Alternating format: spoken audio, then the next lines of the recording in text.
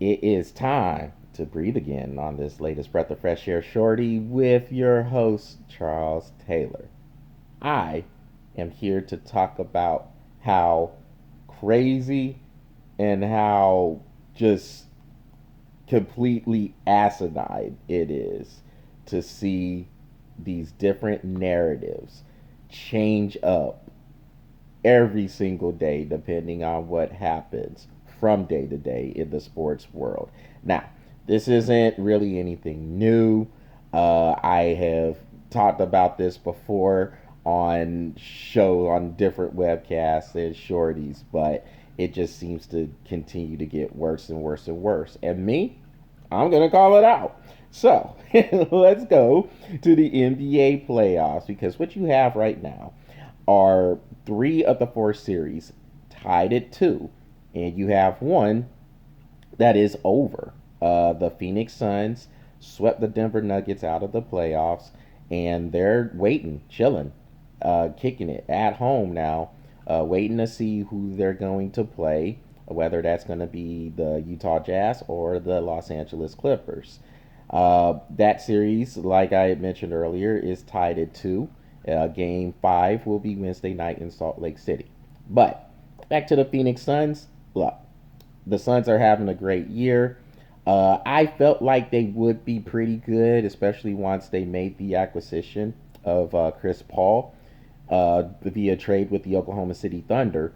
But I never thought they would get to the NBA, or excuse me, the Western Conference Finals. I didn't see that happening. Now, granted, there's been a lot of unevenness going on, injuries to key players, and the Phoenix Suns had a big injury themselves. Remember, Chris Paul got hurt in Game One of the series they had with the LA Lakers, and he had to battle that shoulder injury, and it looks like he is back to what he was doing during the regular season, playing like the guy who, in my opinion, should have been a higher up MVP candidate. Of course, we know the finalist was Nikola Jokic, Joel Embiid, and Steph Curry, and Jokic won the award. So it definitely looks good on the Suns of Chris Paul to beat the Nuggets and the guy who won the MVP.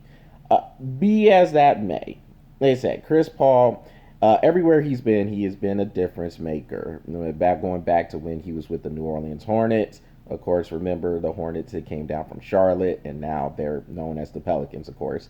But even from there, and then he had went to the Clippers on the Lob City teams with Blake Griffin, DeAndre Jordan, made them better because I mean those two, Griffin and Jordan, they weren't doing anything before Chris Paul got there. And then he went to Houston. Houston came close to going to the NBA Finals, but Chris Paul got hurt, which unfortunately that's kind of been a normal when it comes to Chris Paul. When it comes to playoff runs, those teams could have win on. He gets hurt, and then he went to OKC, made a difference with that young team there, and now here he is with Phoenix. Look, make no mistake about it. Chris Paul is a quintessential floor general. He is a very, very good point guard, a throwback point guard, because a lot of these point guards nowadays, they're score first instead of pass first.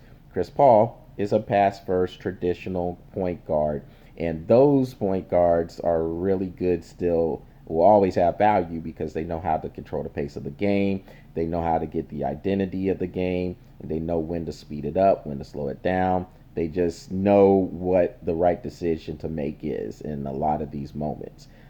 But with that said, Chris Paul is not the best point guard of all time. It's almost like everybody is throwing a party for Chris Paul because they were able to get to the Western Conference Finals. Give me a break here. There are other point guards that I could just name off the top of my head. I don't know. Irvin Magic Johnson, Gary Payton, John Stockton, Jason Kidd. I don't even know if he's as good as Chauncey Billups at this point.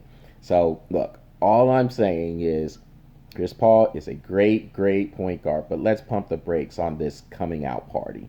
We're not throwing any party for Chris Paul. They just made it to the Western Conference Finals. Okay? Western Conference Finals. I know Only four teams get to the conference finals, but let's hold off. Let's see if they can, I don't know, at least make it to the NBA finals, somewhere Chris Paul has never been. Let's make sure they can make it there before we want to start throwing parties. Now, there, let's go over, speaking of the Jazz and Clippers, let's go over to that series, because the Jazz, they were up 2-0, but they in essence took care of the business they had to do. They protected their home court. Clippers came back down, they took care of their home court. What's crazy about this series is after game 2, you have people like Stephen A. Smith, who, I mean, he's the king of the hot takes, I guess. But you had him saying basically, and I'm paraphrasing here, I don't have the exact quote, but for more, he said Donovan Mitchell, who has been great in the playoffs, Donovan Mitchell is basically the best Jazz playoff player of all time. That's crazy. You know, I mean that is crazy. Or a playoff player, or maybe player. Like I said, I'm paraphrasing here, but either way, best playoff player, best player. Did you forget, Stephen A, that John Stockton and Karl Malone played for the Jazz? I guess you forgot that. So I mean, I don't know. That was just really, really, really crazy. But I mean, as we all know, this isn't the first time Stephen A or anybody else in this hot take era has said stupid things, because that was a stupid statement. And oh, go figure, the Clippers went back and tied the game at 2. Don't really hear him saying that anymore. So I'm sure Donovan Mitchell has another great performance at home where the Jazz end up winning this series. He'll probably get back on his hill and say that. But I mean, he's not too different from anybody else. When something comes out, he sees something, he's gonna call it out and stand on the hill until it doesn't happen, and then he gets down from that hill, just like everybody else in this era of changing narratives just based off of what happens. So, wow, whatever. Let's go to the Philadelphia 76ers Atlanta Hawks series. Now, just Friday night after the 76ers beat the Hawks 127 to 111, everybody thought Philly had control of this series now, and it was just going to be a matter of time before they were going to take care of the Hawks and get to the the Eastern Conference Finals. Now, they still might ultimately make it to the Eastern Conference Finals. It's not like they lost the series, but Atlanta found a way to win game 4, and now that series is tied at 2. Joel Embiid, who has been dominant in this series, disappeared in the second half of this game 4. He went 0 of 12, something like that. I mean, 0 of 11, 0 of 12 in the second half. Missed a point blank layup. I mean, I thought it was a makeable layup with a few seconds left in the game that could have gave the Sixers the lead down the stretch in the fourth quarter. He disappeared, didn't look good. And now you have a series where it is tied at 2. It's at least going to go 6 games. I would think if Philly is this championship team, they got to get him out of there, particularly when you have a guy in Joel Embiid who is playing with a slightly torn meniscus. You have to make sure you can get as much rest for him as possible. But now they're going to play at least 6 games, and this series now looks in doubt. Remember, everybody said, hey, this series is over. The 76ers will be moving on. But now it's a little bit in doubt. I still like Philly to win, but hey, it's a best of 3 now. Anything can happen. When you have a guy like Trae Young, he can get hot and carry a team, or at least he has been in this playoffs run for the Hawks. This is why you have to pump the brakes. It is a series, not a sprint. It's a marathon, not a sprint.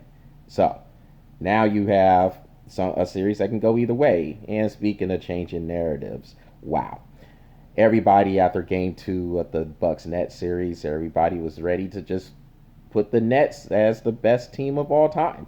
I mean that's what you're talking about. Ever since these big three came together, we know the talk. Everybody has basically been saying, especially everybody in your mainstream hot take media, everybody's been saying the Nets have a dynasty that's building up. They haven't won anything yet. They haven't done anything yet. None of these guys are really what I would call leaders of teams. Yes, Kyrie Irving has a ring. Kevin Durant has 2 rings. James Harden has never won a ring. But I don't know if these guys are necessarily the leaders to get through, and they have an injury history, and that injury history is rearing its ugly head again. You have Kyrie Irving sprained his ankle, landing on the foot of Giannis Antetokounmpo, and and now all of a sudden it looks like the Nets are in deep trouble. Kevin Durant, here you go. Everybody thinks you're the best player in the world, or you're one of the best players in the world, if not the best.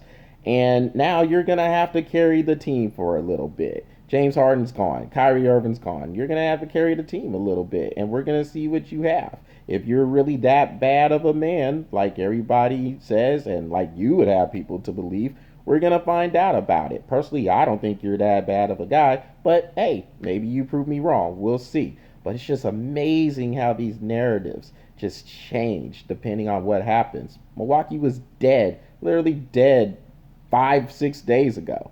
And now they're looking like they could make it to the Eastern Conference Finals. So we'll see. Bottom line, these narratives, give me a break with them. It's crazy how everything changes up just depending on what happens. Look, make a prediction, stick with the prediction, and then if it doesn't happen, it doesn't happen. There's nothing wrong with being wrong. And there's nothing wrong with admitting you're wrong. Hey, I have no problem doing it, so it shouldn't be hard for the people who get paid lovely amounts of money to do the same thing. Well, that's what I'm breathing on for today. Ran a little long on this shorty, but that's okay. Y'all make sure y'all check out the Breath of Fresh Air. I've been messing this up lately. Make sure you check out the Breath of Fresh Air YouTube channel and smash that subscribe button. And go keep the likes coming on the Breath of Fresh Air Facebook page. We do plan to have a live webcast tonight. Patrick Brackett should be back with me on that. And we hope to see y'all then. So you guys take care, and we'll see you later on tonight.